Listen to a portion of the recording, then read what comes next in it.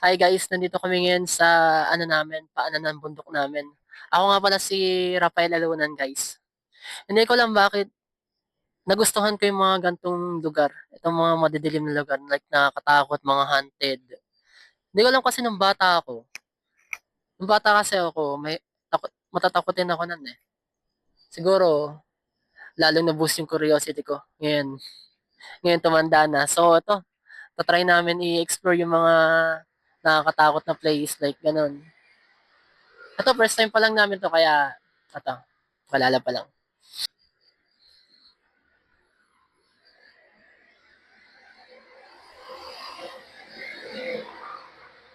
Kung makakita nyo, guys, hindi naman masyadong nakakatakot kasi may mga dadaan na sasakyan, like ganon. Ito.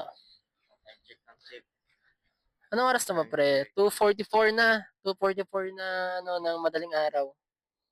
Ito. Pinili talaga namin hindi makakatulog. Hindi ako masyadong takot dito sa place na to kasi dati, nagwo-work ako sa convenience store sa Alphamart, guys. And dito ako dati nagdadaan. Lagi ako nadaan dito ng mga alauna ng gabi kasi night shift ako. I mean, ayun na nga. Nagdadaan ako dito lagi dati. Naka-e-bike lang ako. Dumadaan ako dito kahit naulan. So, ayun nga guys, after nga nung pinili muna namin tumambay dito para na rin i-explore yung place at i-enjoy to. Pero alam nyo ba guys, bago kami mapunta dito sa paanan ng bundok namin, nag-attempt muna kaming i-explore yung cemetery namin sa baba, doon sa mismong bayan. Pero hindi namin yung nagawa dahil... Hi guys, ang oras na ngayon it's 2 a.m. Ayan, nandito kami ngayon sa aming cemetery. Try na kami mag-explore dito. Kita nyo naman guys, ang dilim mo. Guys, hindi muna kami pumunta. May tumigil na motor. Hindi namin alam kung ano yan, kung ano yung gagawin nila. Ito muna kami. Tingnan mga pre. Ah, hindi muna kami pumunta doon guys. Kasi, mas nakakatakot ng tao, promise. Kaya sa multo. So, ano-ano lang kami muna dito. Tingnan lang muna natin to. Itong place dito sa amin, napakadilim.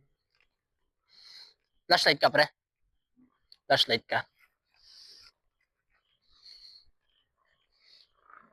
Guys, 2:13 ng madaling araw. At nandito kami. Flashlight ka, pre. Tayong flashlight. Tayong flashlight. Ito na muna. Ito yung isa pang daanan ng namin. Flashlight mo, pre. Flashlight ka. Hindi muna kami masyadong pumunta dun sa tabi at may tao. Ito. Tara, tignan muna natin. Flashlight mo, pre. Wala na makita. Yung isa cellphone. Hindi pa. Saan nakalagay? Hello guys. Hindi muna na kami dumaretso talaga. Mahirap na. Baka ako anong ginagawa. Yari kami. Balik muna kami ulit dito sa barangay hall dito. Lapit sa amin. Ito maganda dito. Kahit pa paano. Pero walang naka-duty ngayon. Tatanod. Halos kami lang talaga.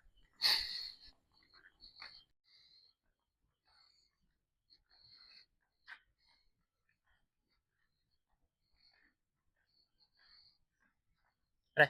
Okay lang. Tatakot ka ba, pre? Hindi nga ako natatakot eh. Nag-enjoy ako.